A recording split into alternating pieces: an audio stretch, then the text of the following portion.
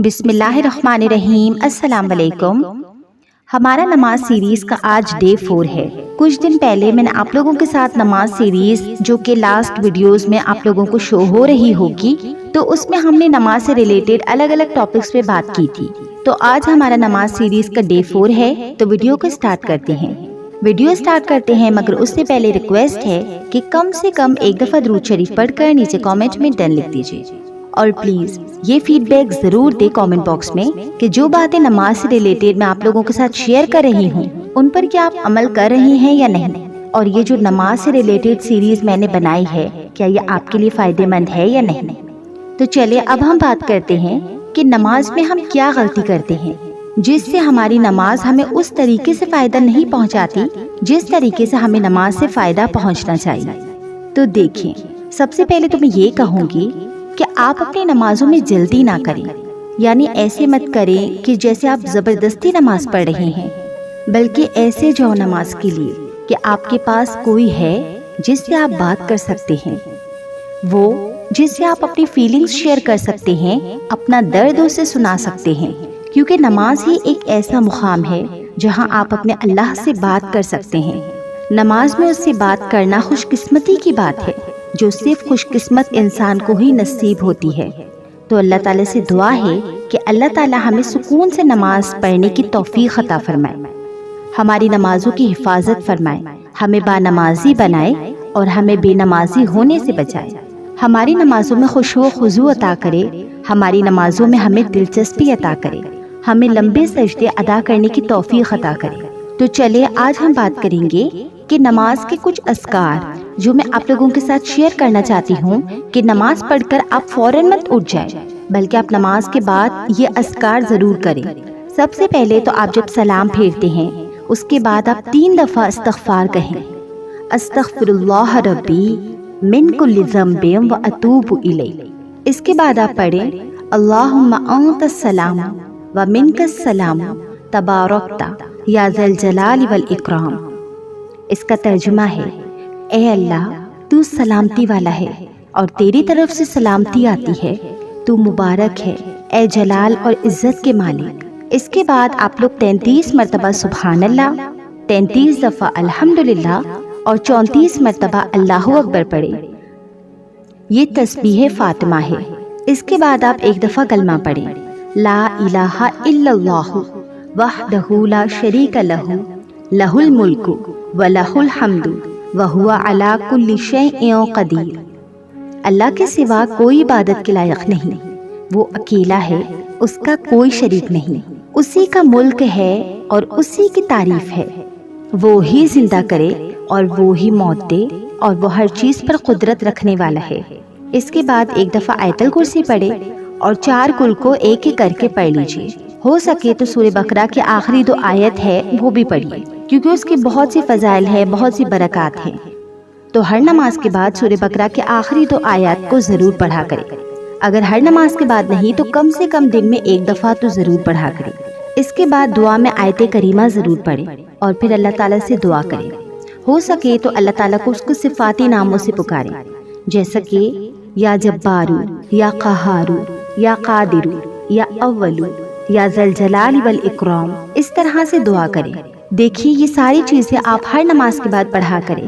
شروع میں آپ کو تھوڑا مشکل لگے گا، لیکن انشاءاللہ دھیرے دھیرے آپ کو اس کی عادت ہو جائے گی اور اس کے صدقے آپ کے تمام بگڑے کام بھی بن جائیں گے۔ اگر آپ زندگی کے کسی برے وقت سے گزر رہے ہیں تو اللہ تعالیٰ پر یقین رکھیں، اپنی نمازوں میں پابندی اختیار کریں، اپنی نمازوں کو درست کرنے کی کوشش کریں اور ہر پل یہ کوشش کریں کہ آپ اللہ تعالیٰ کو کیسے منا سکتے ہیں۔ اپنے دماغ کو برے اور نیگیٹو خیالات سے دور رکھیں، حد سے زیادہ اپنے رب کو یاد کریں اور بس صبر کیجیے، کیونکہ صبر کرنے والوں ہی کو ان کا ثواب بے حساب بھرپور دیا جائے گا۔ صبر کیجیے، صبر کیجیے، صبر ہی آپ کی دوا ہے اور اسی کے سہارے آپ آگے بڑھ پاؤ گے۔ تو جب بھی کوئی پریشانی آئے، جب بھی کوئی مشکل آئے، نہ کہ لوگوں کے سامنے رونے دھونے سے یا اداس گھومنے سے بہتر ہے کہ آپ صبر کریں، اللہ تعالیٰ سے مدد مانگیں۔ اس کے علاوہ میں آپ لوگوں سے کہنا چاہوں گی کہ برائے کرم اپنی نمازوں میں روبوٹ مت بنیے، اکثر لوگ کہتے ہیں کہ ہمارا نمازوں میں دل نہیں لگتا، نہ ہی پڑھنے کا دل کرتا ہے، نہ ہی اللہ تعالیٰ کی عبادت میں دل لگتا ہے۔ تو اس کا سب سے بڑا مسئلہ یہ ہے کہ ہم روبوٹ کی طرح نماز پڑھتے ہیں۔ جس طریقے سے روبوٹ کو معلوم ہوتا ہے کہ اسے کیا کیا کرنا ہے تو بس وہ اتنا ہی کام کرتا ہے، تو ایسے ہی ہم نمازیں بھی اسی طریقے سے ادا کرتے ہیں۔ ہم نے کیا کیا ہے کہ بس قرآن کریم کی صورتوں کو، اس کی آیتوں کو اور نماز میں پڑھی جانے والی جو تسبیحات ہیں ان کو صرف رٹ لیا ہے اور بس ہم نماز میں پڑھتے رہتے ہیں، جبکہ ہمیں اس کا مطلب بھی معلوم نہیں ہوتا۔ ہم بس پڑھتے جاتے ہیں اور سمجھتے ہیں کہ ہماری نماز ہو گئی۔ تو نماز کو سمجھ کر پڑھنا، پورے دل سے پڑھنا، ہر چیز کے مطلب کو سمجھ کر پڑھنا، اس بات کو ذہن نشین رکھنا کہ میرے سامنے اللہ تعالیٰ حاضر ہے، وہ ہمارے نماز پڑھنے کے انداز کو دیکھ رہا ہے۔ تو اس طریقے سے نماز پڑھنا مطلب خشوع و خضوع کے ساتھ، کنسنٹریشن کے ساتھ نماز پڑھنا، جیسا کہ اللہ تعالیٰ قرآن کریم میں فرماتا ہے کہ بے شک ایمان والے کامیاب ہو گئے جو اپنی نمازوں میں خشوع و خضوع کرنے والے ہیں۔ تو اپنے آپ کو ہر برے خیال سے پاک رکھیں، فوراً سوشل میڈیا یوز کرنے کے بعد نماز شروع نہ کر دیں، بلکہ تھوڑی دیر اس جگہ پر سکون سے بیٹھیں جہاں آپ کو نماز ادا کرنی ہے۔ استغفار کیجیے، اللہ تعالیٰ سے اپنے گناہوں کی معافی طلب کیجیے، ہو سکے تو اپنے آپ کو صاف ستھرا رکھیں، مسواک کیجیے تاکہ آپ کے منہ سے فرشتوں کو بدبو نہ آئے، روتی ہوئی کیفیت بنائیں اپنی، اور یہی دماغ میں رکھ کر نماز پڑھیے کہ دنیا کا عظیم الشان بادشاہ کے سامنے آپ کھڑے ہیں۔ انشاءاللہ جب آپ اس طریقے سے نماز پڑھو گے تو آپ کا دل بھی لگے گا اور آپ کی نماز بھی قبول ہوگی۔ تو کوشش کریں کہ ایمان والوں کی طرح نماز پڑھیں، نہ کہ روبوٹ کی طرح پڑھیں۔ اللہ تعالیٰ ہماری نمازوں کی حفاظت فرمائے اور ہماری نمازوں میں خشوع و خضوع پیدا فرمائے، آمین۔ اس کے علاوہ آج کی ویڈیو میں ہم بات کریں گے کہ ہم جو نماز میں پڑھتے ہیں یا جو عمل ہم نماز میں کرتے ہیں اس سے ہمیں کیا کیا فائدہ پہنچتا ہے، یعنی کہ اس کی ہمیں کیا کیا فضیلتیں دی جاتی ہیں۔ جیسا کہ جب اذان ہوتی ہے تو اذان نہ یہ ہماری نیند میں خلل ڈالتی ہے اور ہمیں نیند سے جگاتی ہے، ہمیں ہماری نیند سے بیدار کرتی ہے۔ وضو آپ کے چہرے کو نورانی بناتا ہے اور آپ کے جسم کو صاف کرتا ہے۔ نیتیں دنیا کو دل سے مٹا دیتی ہیں اور اللہ تعالیٰ کی طرف لے جاتی ہیں۔ قیام آپ کو ثابت قدم رکھتا ہے اور جسم کو مضبوط بناتا ہے۔ رکوع آپ کو اللہ تعالیٰ کے سامنے سجدہ کرنے پر مجبور کرتا ہے اور آپ کو جنت میں جگہ دیتا ہے۔ سجدہ آپ کو سکون دیتا ہے اور آپ کے دل کو تر و تازہ کرتا ہے۔ سلام آپ کو سارا دن فرشتوں کے حفظ و امان میں رکھتا ہے اور آپ کا خاتمہ بالخیر کرے گا۔ یا اللہ ہمارے پورے وجود کو نماز کی حکمت، فضیلت اور روحانی رزق سے مالا مال فرما اور ہمیں سچے دل سے نماز پڑھنے کی توفیق عطا فرما۔